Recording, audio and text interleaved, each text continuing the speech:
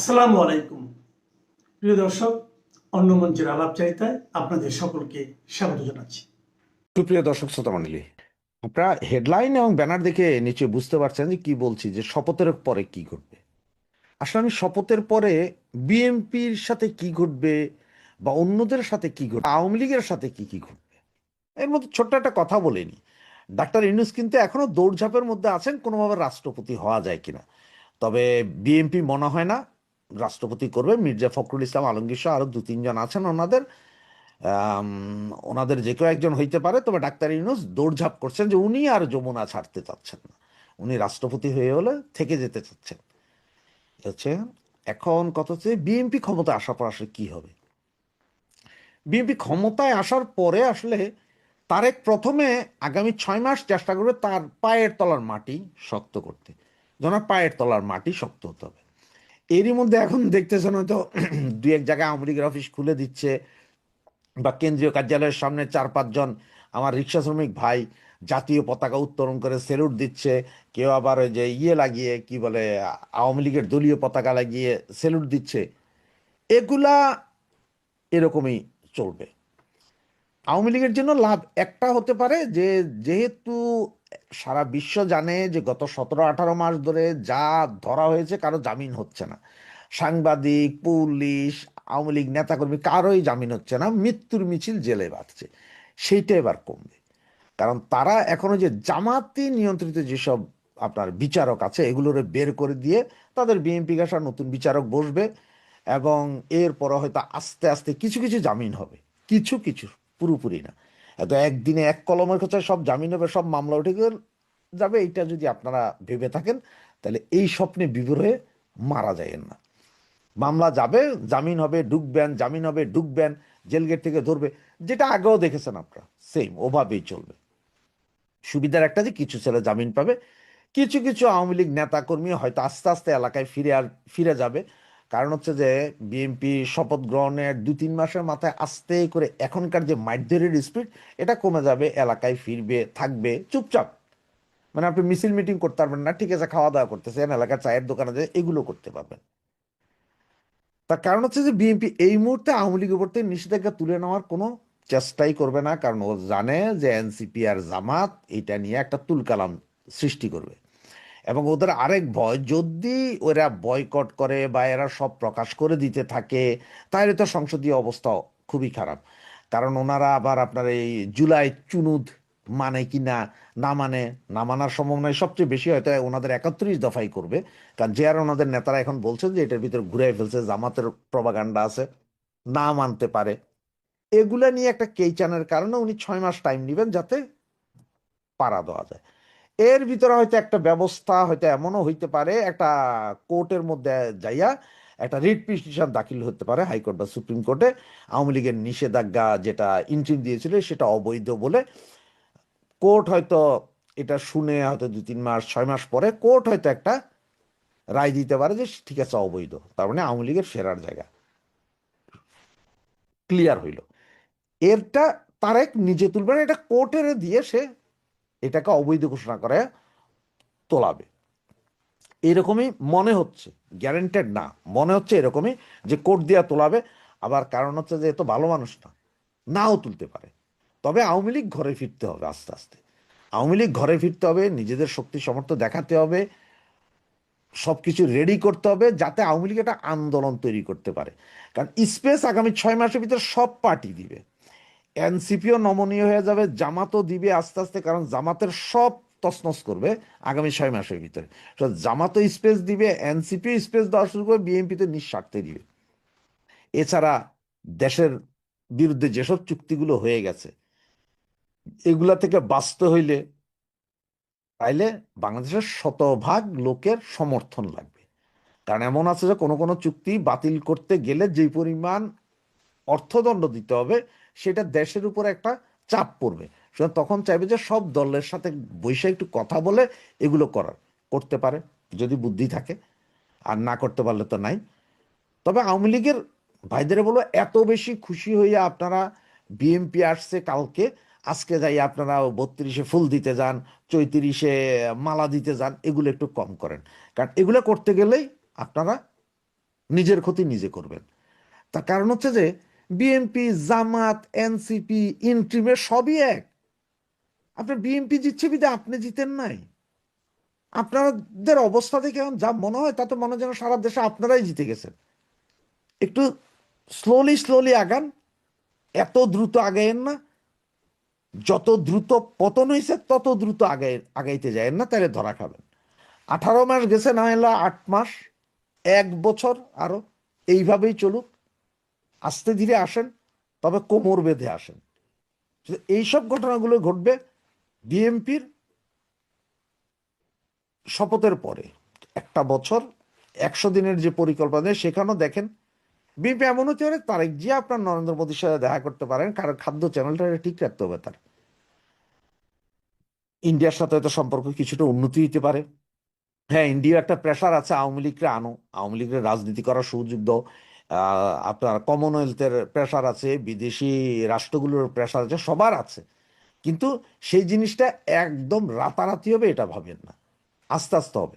ওই যে বললাম, সর্বপ্রথম হবে যে জামিন ব্যবস্থার সঠিক হবে, বিচার ব্যবস্থায় জামিন পেতে পারবেন, তবে মামলা উঠবে না। আবার যারাই ওই যে এরপরে যে যারাই আন্দোলন সংগ্রাম করতে যাবে খুব বেশি, যাদের বিরুদ্ধে আওয়ামী লীগের আমলে আওয়ামী লীগ আলারাই মামলা দিয়েছিল, তাদের ঘাটাঘাট করে রায় করাই দিবে। মানে আপনি দৌড়ের উপর থাকেন।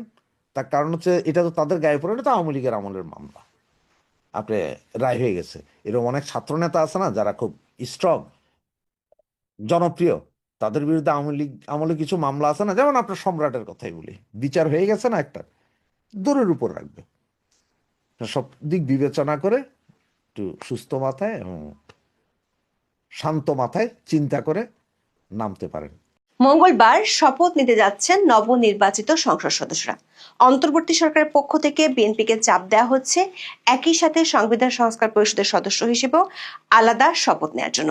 অধ্যাপক ইউনূস এবং আলী রিয়াজ নিজেদের মান রক্ষায় বিএনপির কাছে এমন অনুরোধ করেছেন। তবে বিএনপির শীর্ষস্থানীয় নেতারা বলছেন, জুলাই সনদ নিয়ে আলী রিয়াজ যে দলটির সাথে প্রতারণা করেছেন সেটি আগেই বলা হয়েছে। তাছাড়া ভবিষ্যতে সাংবিধানিক ও আইনগত জটিলতা তৈরি হতে পারে এমন কোনো সংকট বিএনপি তৈরি করতে চায় না। সূত্রগুলো বলছে, নতুন সরকার গঠনের পরপরই বাংলাদেশের সুপ্রিম কোর্টের সিনিয়র কয়েকজন আইনজীবী জুলাই সনদের আইনি ভিত্তি নিয়ে কোর্টে চ্যালেঞ্জ করবেন, এমন খবর বিএনপির কাছে এরই মধ্যে আছে। তাছাড়া জুলাই জাতীয় সনদ বাস্তবায়ন আদেশের আইনি ভিত্তি নিয়ে শুরু থেকে বিএনপিরও প্রশ্ন আছে। এজন্য 2/3 বেশি সংখ্যাগরিষ্ঠতা নিয়ে সরকার গঠন করতে যাওয়া বিএনপির সংসদ সদস্যরা মনে করেন বিদ্যমান সংবিধান অনুসরণ করে শুধু সংসদ সদস্যদের শপথ পড়ানো হবে। যেহেতু বর্তমান সংবিধানে সংবিধান সংস্কার পরিষদ বা এ ধরনের কিছু নেই, তাই আলী রিয়াজ যতই সুর করে গান গেয়ে যাক না কেন, বিএনপি তাতে খুব বেশি কর্ণপাত করতে চায় না। কারণ সংসদে বসার আগেই সংবিধান লঙ্ঘনের দায় তারা মাথায় নিতে চান না। সরকার একটি সূত্র বলছে, সংবিধান সংস্কার পরিষদের সদস্য হিসেবে শপথ নেওয়ার জন্য জামাতের জোটের সংসদ সদস্যরা চাপ দিতে পারে, এমনকি শর্ত দিয়ে বেঁকেও বসতে পারে। শেষ মুহূর্তে অন্তর্বর্তী সরকার একটি পক্ষ বিষয়টি নিয়ে জল ঘোলা করতে চায়। তেমনটা হলে পরিস্থিতি সামাল দিতে নাটকীয় কিছু ঘটতে পারে। 2টি না 1টি শপথ হবে সে সিদ্ধান্ত না হওয়ায় সংসদ সচিবালয় সোমবার দুপুর 3টা পর্যন্ত চিঠি পাঠাতে পারেনি।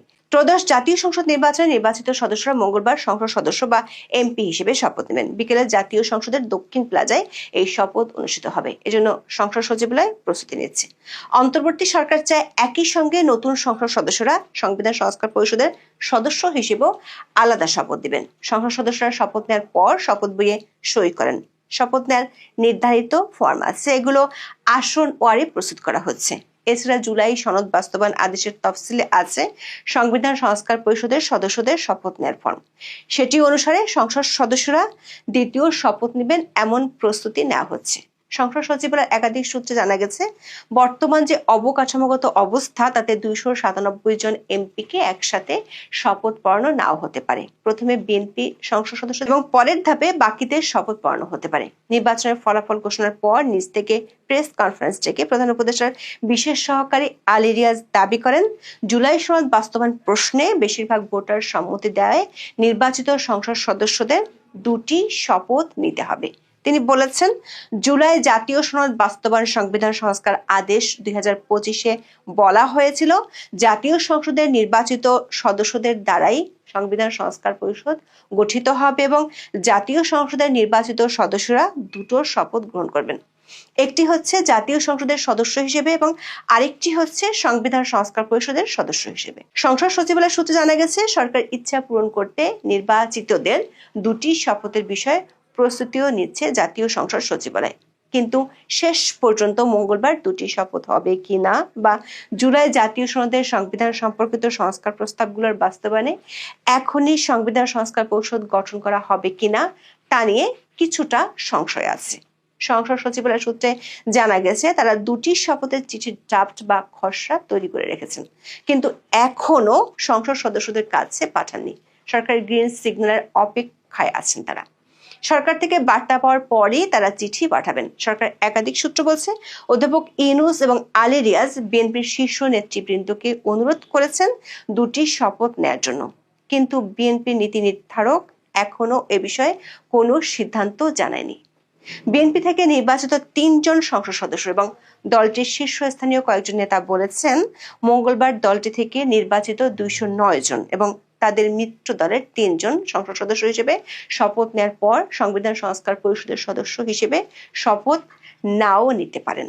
শেষ পর্যন্ত এমনটা হলে সংবিধান সংস্কার পরিষদ গঠনের বিষয়টি ঝুলে যেতে পারে, কারণ জুলাই জাতীয় সনদ বাস্তবায়ন আদেশের আইনি ভিত্তি নিয়ে শুরু থেকে বিএনপির প্রশ্ন আছে। বিএনপির একাধিক সূত্র বলছে, দলটির কাছে খবর আছে জুলাই সনদ ও বাস্তবায়ন প্রক্রিয়া এবং গণভোট নিয়ে খুব শিগগিরই উচ্চ আদালতে রিট করতে পারেন কয়েকজন সিনিয়র আইনজীবী। সেটি হলে আইনগত জটিলতায় পড়ে যেতে পারে নতুন সংসদ। এই জটিলতা এড়াতে বিএনপি সংবিধান সংস্কার পরিষদ সদস্যদের শপথ নিয়ে কিছুদিন অপেক্ষা করতে চায়। বিএনপির সিনিয়র নেতারা বলছেন, শেষ পর্যন্ত জুলাই সনদ স্বাক্ষরে যেভাবে বাধ্য করা হয়েছিল সেটি ছিল প্রতারণা। ঐক্যমত্য কমিশনের বৈঠকে বলা হয়েছিল, যেসব বিষয়ে নোট অফ ডিসেন্ট আছে সেগুলো জুলাই সনদে উল্লেখ থাকবে এবং যে দল ক্ষমতায় যাবে তারা সেগুলো বাস্তবায়ন করতে না চাইলেও পারবে। বিএনপি নেতাদের অভিযোগ, শেষ পর্যন্ত আলী রিয়াজ এক ধরনের ব্ল্যাকমেল করে জুলাই সনদে স্বাক্ষর নিয়েছে। রাজনৈতিক দলগুলোর সঙ্গে জাতীয় ঐক্যমত্য কমিশনের আলোচনার মাধ্যমে বিভিন্ন খাতের 84টি সংস্কার প্রস্তাব নিয়ে ঐক্যমত্য ও সিদ্ধান্ত হয়েছিল। সেগুলো নিয়ে তৈরি করা হয় জুলাই জাতীয় সনদ। এর মধ্যে 48টি প্রস্তাব সংবিধান সম্পর্কিত, এগুলো বাস্তবায়নে গণভোট হয়েছে। সংবিধান সম্পর্কিত প্রস্তাবগুলো বাস্তবায়নের 3টি স্তর, ইতিমধ্যে 2টি স্তর পার হয়েছে। প্রথমত, আইনি ভিত্তিতে গত বছরের 13ই নভেম্বর জুলাই জাতীয় সনদ সংবিধান সংস্কার বাস্তবায়ন আদেশ জারি করেন রাষ্ট্রপতি। বাস্তবায়নের দ্বিতীয় স্তরে গত 12ই ফেব্রুয়ারি গণভোট হয়েছে। এতে হ্যাঁ জয়ী হয় তৃতীয় স্তর শুরু হওয়ার কথা। এই স্তরে জুলাই সনদের সংবিধান সম্পর্কিত প্রস্তাবগুলো বাস্তবায়নে সংসদ সদস্যদের সমন্বয়ে সংবিধান সংস্কার পরিষদ গঠনের কথা বলা আছে আদেশে। প্রধানমন্ত্রীর একচ্ছত্র ক্ষমতা কিছুটা কমানো, কিছু নিয়োগে রাষ্ট্রপতির ক্ষমতা বাড়ানো, আইনসভা দ্বিকক্ষ বিশিষ্ট করা, সাংবিধানিক প্রতিষ্ঠানের নিয়োগের পদ্ধতি সরাসরি সংবিধানে যুক্ত করার মতো বেশ কিছু গুরুত্বপূর্ণ সংস্কার প্রস্তাব আছে জুলাই সনদে। এর মধ্যে উচ্চকক্ষের গঠন পদ্ধতি সহ কিছু গুরুত্বপূর্ণ প্রস্তাবে নোট অফ ডিসেন্ট বা ভিন্নমত দিয়েছিল বিএনপি। দলটি তাদের নির্বাচনী ইশতেহারে নিজেদের সাংবিধানিক সংস্কারের প্রস্তাবগুলো রেখেছিল। জুলাই জাতীয় সনদ বাস্তবায়ন আদেশে বলা হয়েছে, সংসদ নির্বাচনের ফল ঘোষণার 30 পঞ্জিকা দিবসের মধ্যে যে পদ্ধতিতে সংসদের প্রথম অধিবেশন আহ্বান করা হবে, একই পদ্ধতিতে পরিষদের প্রথম সভা আহ্বান করা হবে। সংস্কার পরিষদের প্রথম অধিবেশনের প্রথম বৈঠকে পরিষদের সদস্যরা সভাপ্রধান ও উপসভাপ্রধান নির্বাচন করবেন। সংবিধান সংস্কার পরিষদ প্রথম অধিবেশন শুরুর তারিখ থেকে 180 কার্য দিবসের মধ্যে জুলাই জাতীয় সনদ এবং গণভোটের ফলাফল অনুসারে সংবিধান সংস্কার সম্পন্ন করবে এবং তা করার পর পরিষদের কার্যক্রম শেষ হবে। তবে এই সময়ের মধ্যে সংবিধান সংস্কার সম্পন্ন না হলে কি হবে তা আদেশে উল্লেখ নেই। কিন্তু 2/3 বেশি সংখ্যাগরিষ্ঠতা নিয়ে সরকার গঠন করতে যাওয়া বিএনপির শীর্ষ নেতারা মনে করছেন, বিদ্যমান সংবিধানে যা আছে সেটা অনুসরণ করাই যৌক্তিক হবে। বিদ্যমান সংবিধানে শুধু সংসদ সদস্যদের শপথের কথা বলা আছে। সংবিধান সংস্কার পরিষদ বা এ ধরনের কিছু নেই। যদি সংবিধানে কখনো এটি ধারণ করা হয় তখন এরকম শপথের বিষয়টি আসবে।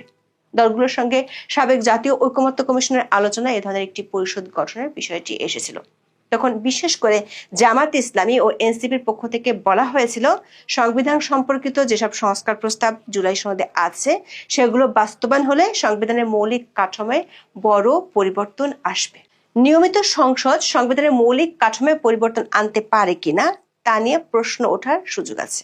এভাবে সংবিধান সংশোধন করা হলে পরে এটি আদালতে চ্যালেঞ্জ হতে পারে, কিন্তু যদি আগামী সংসদকে সংবিধান সংস্কারের বিশেষ ক্ষমতা দেওয়া হয় তাহলে চ্যালেঞ্জ করার সুযোগ থাকবে না। তবে ওই আলোচনায় বিএনপি এ ধরনের পরিষদ গঠনের প্রয়োজন নেই এমন মত দিয়েছিল। এছাড়া সনদ বাস্তবায়নের অধ্যাদেশ নয়, একটি আদেশ জারির প্রস্তাব দিয়েছিল জামায়াতে ইসলামী ও এনসিপি সহ কয়েকটি দল। অন্যদিকে বিএনপি এর বিপক্ষে ছিল। তারা বলেছিল এ ধরনের আদেশ জারির কোনো সুযোগ নেই। পরে এসব বিষয়ে নিজেদের পছন্দসই বিশেষজ্ঞদের মত নিয়েছিল জাতীয় ঐকমত্য কমিশন। শেষ পর্যন্ত গত বছরের 13ই নভেম্বর রাষ্ট্রপতি জুলাই সনদ আদেশ জারি করেন। সেখানে সংবিধান সংস্কার পরিষদ গঠনের বিষয়টিও রাখা হয়। 13ই নভেম্বর এই আদেশ জারির পর তাৎক্ষণিক প্রতিক্রিয়ায় বিএনপির স্থায়ী কমিটির সদস্য সালাউদ্দিন আহমেদ সাংবাদিকদের বলেছিলেন সংবিধান সংস্কার পরিষদ নামে একটি নতুন আইডিয়া, একটা পরিষদ গঠনের কথা আদেশে বলা হয়েছে। তিনি সেদিন আরো বলেছেন রাষ্ট্রপতি এই আদেশ জারি করেছেন, রাষ্ট্রপতির অধ্যাদেশ জারির ক্ষমতা আছে, সংবিধান মোতাবেক আদেশ জারির ক্ষমতা নেই। এ কারণে বিএনপি এখন নতুন করে ভবিষ্যতের জন্য কোনো ধরনের আইনি সংকট তৈরি করতে চায় না। তবে সরকার একটি পক্ষ চেষ্টা করছে বিষয়টির জন্য জামাত ও এনসিপিকে দিয়ে বিএনপিকে চাপ দিতে। জামাত ইসলামী ও জাতীয় নাগরিক পার্টি বা এনসিপি জুলাই সনদের প্রায় সব বিষয়ে একমত। তারা জুলাই সনদের পূর্ণাঙ্গ বাস্তবায়ন চায়। কিশোরগঞ্জে জামাতের আমির শফিকুর রহমান সাংবাদিকদের বলেছেন সংস্কারের উপর যে গণভোট হয়েছে এটার পুরোটাই মানতে হবে, এর কোনো খণ্ডিত অংশ আমরা বাস্তবায়ন দেখতে চাই না। এমন পরিস্থিতিতে সরকারি দলের সদস্যদের পরে বিরোধী দলের সদস্যদের শপথ অনুষ্ঠান হবে। সেক্ষেত্রে নাটকীয় কিছু ঘটতে পারে যদি না জামাত ও বিএনপির মধ্যে সমঝোতা না হয়, যে কারণে দুপুর 3টা পর্যন্ত গ্রিন সিগন্যাল পায়নি সংসদ সচিবালয়। তাই তারা দুটি নাকি একটি শপথের চিঠি পাঠাবে সেই সিদ্ধান্ত নিতে পারছে না।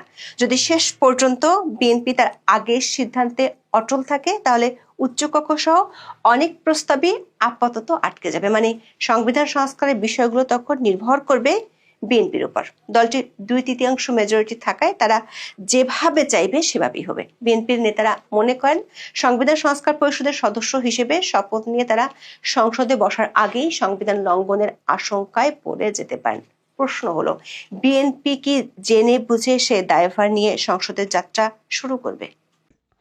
যে বাংলাদেশে বিএনপি, জামাতে ইসলামী, এনসিপি এবং অন্যান্য যে ছোটখাটো দল তারা যে ভোট পেয়েছে এবং এরশাদের দল সব জায়গায় হেরেছে, এর কারণ কি, কেন, এটা নিয়ে একটু আলোকপাত করতে চাই।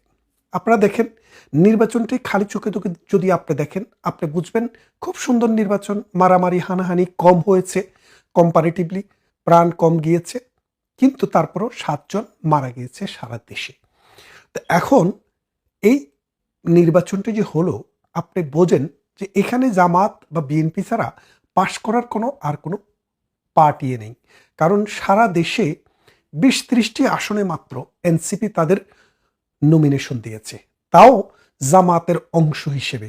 যেই সব জায়গায় জামাতের অবস্থান ভালো এবং বিএনপির ভালো কোনো প্রার্থী নেই সেই সব জায়গায় এনসিপিকে দেওয়া হয়েছে।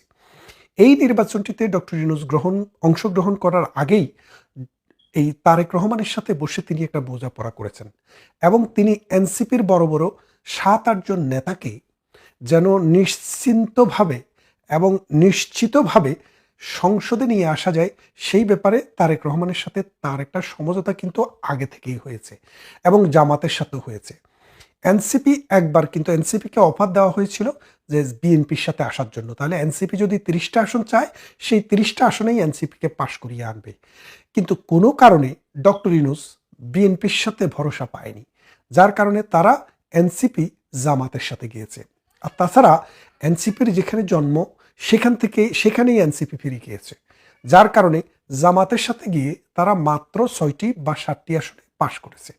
এই 6টি বা 7টি আসন কিন্তু পূর্ব নির্ধারিত। যেমন হান্নান মাসুদ পাশ করেছে, ঢাকায় নাহিদ পাশ করেছে, কুমিল্লায় হাসনাত পাশ করেছে, হাসনাতকেও পাশ করিয়ে দেওয়া হয়েছে। বিএনপির যে প্রার্থী ছিল বহু লোক ঋণ খেলাপি হওয়ার পরও নির্বাচন করেছে, কিন্তু তিনি নির্বাচন করতে পারেননি। কে? মঞ্জুরুল হাসান মুন্সি। তো এইরকমভাবে বাংলাদেশে কিছু মেটিকুলার যে ডিজাইন, এই ডিজাইনগুলো আগে থেকেই কিন্তু নির্ধারিত ছিল। তারপর দেখেন জামাতকে কোন অঞ্চলটা দেওয়া হয়েছে, জাতীয় পার্টি যে অঞ্চল, সেই অঞ্চল। সেখানে জাতীয় পার্টিকে কেন, একটি আসনও জাতীয় পার্টি কেন পাশ করেনি, সেটার পিছনে কিন্তু কিছু মৌজেজা আছে। মৌজেজাটা কি?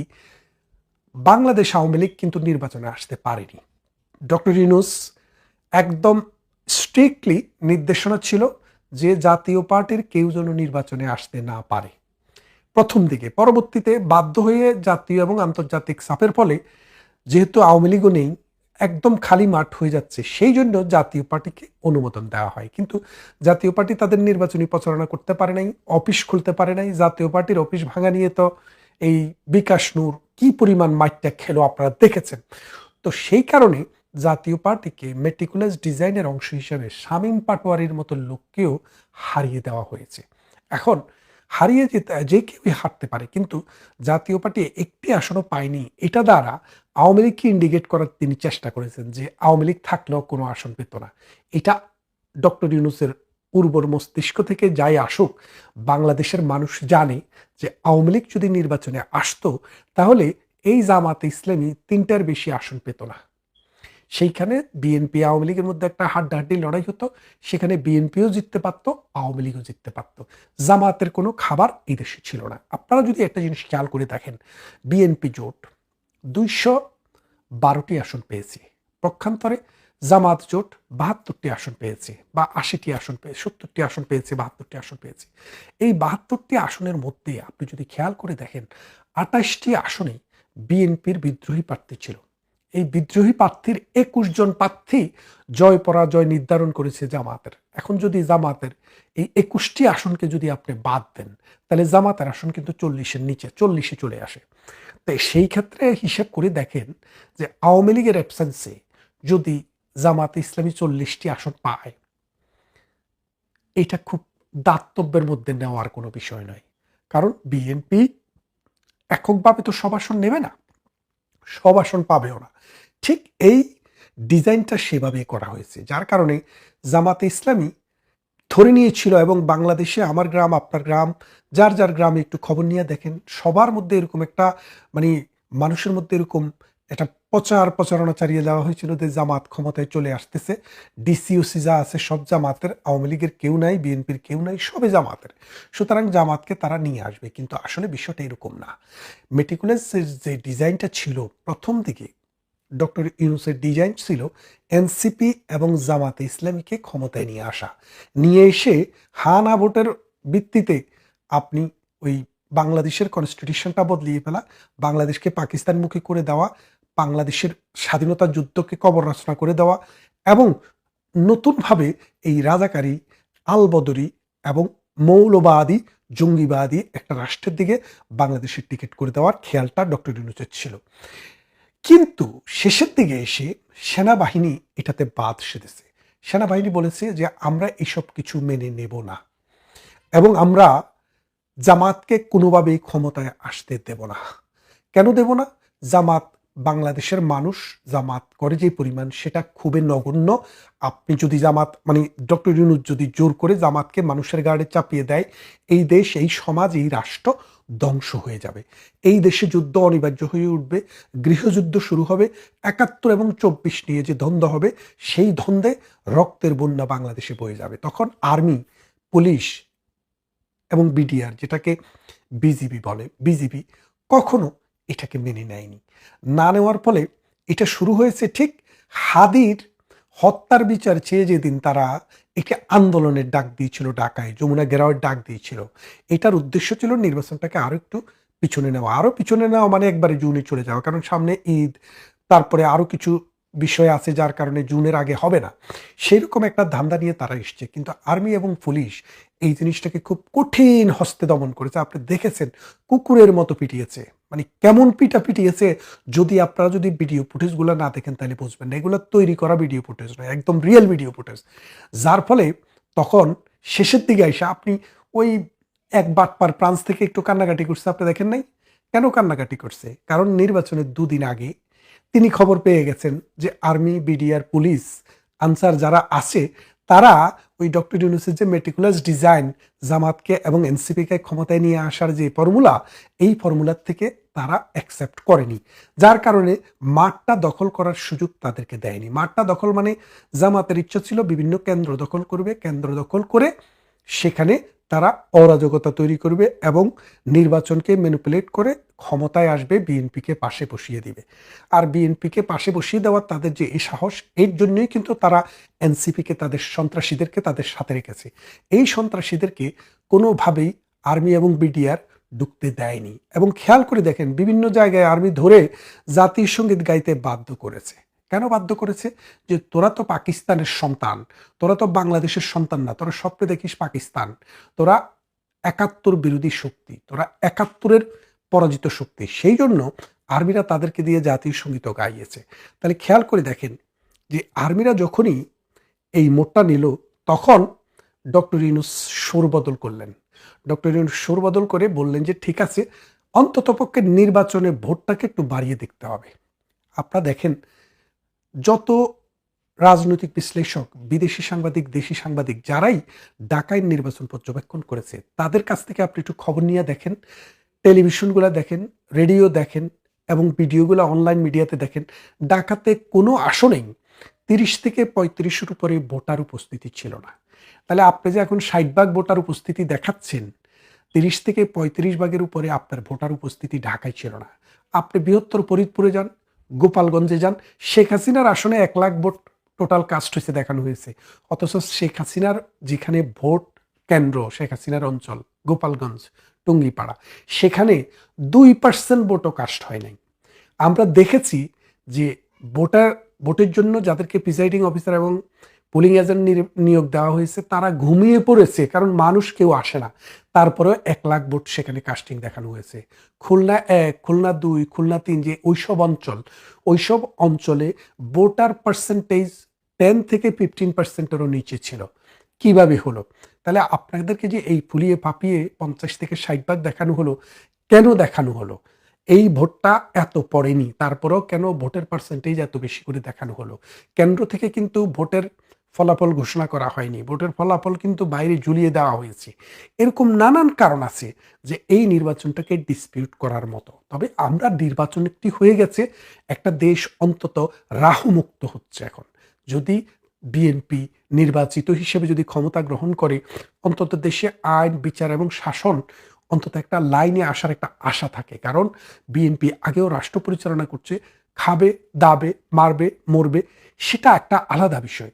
কিন্তু বাংলাদেশ নামে যে রাষ্ট্র, এই রাষ্ট্রে বিশ্বাস করেই কিন্তু তারা রাষ্ট্র পরিচালনা করেছে এবং করবে।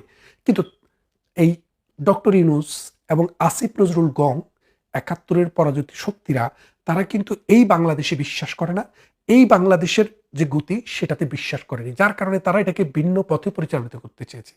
আমাদের কথা হচ্ছে, এই নির্বাচনের পর এখন যদি একটা গভর্নমেন্ট আসে, একটা যদি সত্যিকারের একটা যদি মানে গণতন্ত্র হোক বা সমাজতন্ত্র হোক আর রাজতন্ত্র হোক, যেটাই হোক, কিন্তু রাজনীতিবিদ দ্বারা একটা সরকার গঠিত হতে হবে। কেন বলছি রাজনীতিবিদ দ্বারা? দেখেন, স্কুল বললে মানে সেখানে টিচার আছে, মসজিদ বললে সেখানে একজন ইমাম আছে, আর হাফিজিখানা বললে একজন হাফেজ আছে।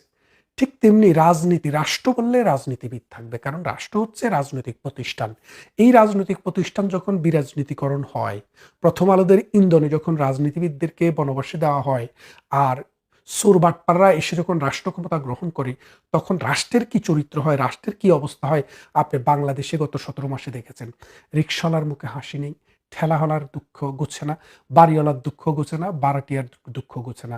পুলিশ মরে, আর্মি মরে, বিডিআরও মরে, মরে সাধারণ মানুষ। সন্ত্রাস, চুরি, ডাকাতি, ছেঁচড়ামি, এইসবে সমাজটা অন্ধকারে নিমজ্জিত হয়ে যায়। কারণ এই সমাজকে আলো দিতে হলে একমাত্র রাজনীতিবিদ ছাড়া এই রাষ্ট্র সংস্থাটি চালানোর কোনো সুযোগ নেই, কোথাও হয়নি, ভবিষ্যতেও হবে না। তাই আমরা এই দিক থেকে অন্তত একটা নিঃশ্বাস পেলি যে বাংলাদেশে যেভাবেই হোক, যে করেই হোক, বিএনপি যখন সংখ্যাগরিষ্ঠ দল হিসেবে প্রকাশিত হয়েছে, এখন অন্তত রাজনীতিবিদের আমরা একটা সরকার দেখব। রাজনীতিবিদ যা করবে আমরা তার প্রতিবাদ করব, আমরা তার সমর্থন করব, আমরা তা প্রতিরোধ করব এবং আমরা রাজনীতি করব। এই রাজনীতি করতে হলে সমাজে রাজনীতিবিদ থাকতে হবে। ডক্টর ইউনূস এবং তার যে গং, এরা শুধু টাকা বানিয়েছে, এনসিপিরা শুধু ফুলে ফুলে পেট মোটা হয়েছে, বাংলাদেশটাকে চষে খেয়েছে। 15 মাসে 16 মাসে যেই পরিমাণ দুর্নীতি বাংলাদেশে হয়েছে, আপনি ট্রান্সপারেন্সি ইন্টারন্যাশনাল হিসাব মতো বাংলাদেশে 2023 সালে শেখ হাসিনা যখন ছিল, তখন সর্বশেষ শেখ হাসিনার সময়ে বাংলাদেশের দুর্নীতিতে বাংলাদেশের অবস্থান ছিল 24তম, আর ডক্টর ইউনূস এবারে হয়েছে 13তম। তার মানেটা বোঝেন, 24 থেকে 13 আমাদের কত ধাপ নিচে নেমেছে। 22-এ মানে 24-এ এসে আমরা হয়ে গিয়েছিলাম 14, এবারে 13, মানে নিচের দিকে। আপনি জানেন দুর্নীতিতে 1 নাম্বারও কোনো একটা সময় ছিল, সেখান থেকে শেখ হাসিনা এটাকে 24তম নিয়ে গেছে। তাহলে আপনি বোঝেন এই দুর্নীতির হিসাবটা আমরা করি না, ট্রান্সপারেন্সি ইন্টারন্যাশনাল করে। বাংলাদেশে এই ট্রান্সপারেন্সি ইন্টারন্যাশনালের হিসাব মতো এই ডক্টর ইউনূসের সময়ে বাংলাদেশ দুর্নীতিতে আরো খারাপের দিকে গেছে। তাহলে বোঝেন, রাজনীতিবিদদের একটা দুর্নাম থাকে, রাজনীতিবিদদের একটা দোষ থাকে, দোষ আছে, কিন্তু রাজনীতিবিদদের চাইতে অরাজনীতিবিদরা যখন রাষ্ট্র পরিচালনা করেছে, রাষ্ট্রের চরিত্র, রাষ্ট্রের নীতি, আদর্শ, আইন, বিচার, শাসন কোনো কিছুকেই কিন্তু জায়গায় রাখেনি। তাই এই নির্বাচনের ভিত্তিতে যদি একটা রাজনৈতিক সরকার গঠন করা হয়, তাহলে অন্তত রাষ্ট্র যদি দিশা পায়, তাহলে আমরা তখন বুঝবো রাষ্ট্রকে কোন দিকে নিয়ে যাওয়া যায়। এই নির্বাচনের কথা যেটা বলছিলাম, এই নির্বাচনে অন্তত পক্ষে 20% ভোট বেশি দেখানো হয়েছে। 40%-এর উপরে কোনোভাবেই সারা দেশে আপনি হিসাব করে ভোট পাবেন না। আপনি মির্জা আব্বাসের আসনে দেখেন, 2 জনে মিলিয়েও 3 লাখ ভোট পায় নাই। তাহলে বাকি ভোট, এই যে মনে করেন 6 লাখ ভোটের যে একটা আসন, 5.5 লাখ ভোটের যে একটা আসন, বাকি ভোট কিন্তু পড়েনি। ঠিক তেমনি মির্জা আব্বাসের আসন না, শুধু সারা বাংলাদেশেই ভোটার যা আছে তাদের 2 গুণ 3 গুণ করে দেখানো হয়েছে, যার কারণে এই পার্সেন্টেজটা 60-এ নিয়ে যাওয়া হয়েছে। কিন্তু সত্যিকারের পার্সেন্টেজ কোনোভাবেই 40%-এর উপরে না। আর 40% ভোট হওয়া মানে হচ্ছে 60% মানুষের ভোট না দেওয়া। একটা দেশে আপনি যদি খেয়াল করে দেখেন, তত্ত্বাবধায়ক সরকারের যে 3টি নির্বাচন হয়েছে, 96, 2001 এবং 2008, গত 3টি নির্বাচন, আওয়ামী লীগের আমলের নির্বাচনগুলোকে যদি আপনি বাদও দেন, 2008 সালের নির্বাচনে 84% ভোট পড়েছে। আপনি যদি 2001 সালে যান, 76-77% ভোট পড়েছে।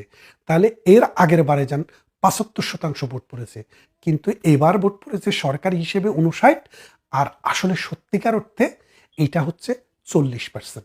তার মানে হচ্ছে বাংলাদেশের মানুষ যে এখনো বাংলাদেশ আওয়ামী লীগকে ভালোবাসে, আওয়ামী লীগ যে এখনো বাংলাদেশের বনেদি একটি রাজনৈতিক পরিবার, একটি রাজনৈতিক শক্তি, এবং বাংলাদেশের বেশিরভাগ পরিবারের মধ্যে যে আওয়ামী লীগের সদস্য রয়েছে, সেটা কিন্তু এই নির্বাচনের মাধ্যমে সুনির্দিষ্ট হয়ে গেছে এবং সুস্পষ্ট হয়ে গেছে। তাই আওয়ামী লীগের কর্মী নেতা যারা আছেন, তাদের প্রতি এই কথাটিই বলতে চাই, নাথিং টু ওরি অ্যাবাউট।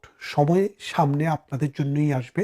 এই দেশ, এই সমাজ মুক্তিযুদ্ধের আদর্শে, অসাম্প্রদায়িক চেতনার পক্ষে মানুষ এখনো আছে, আগেও ছিল।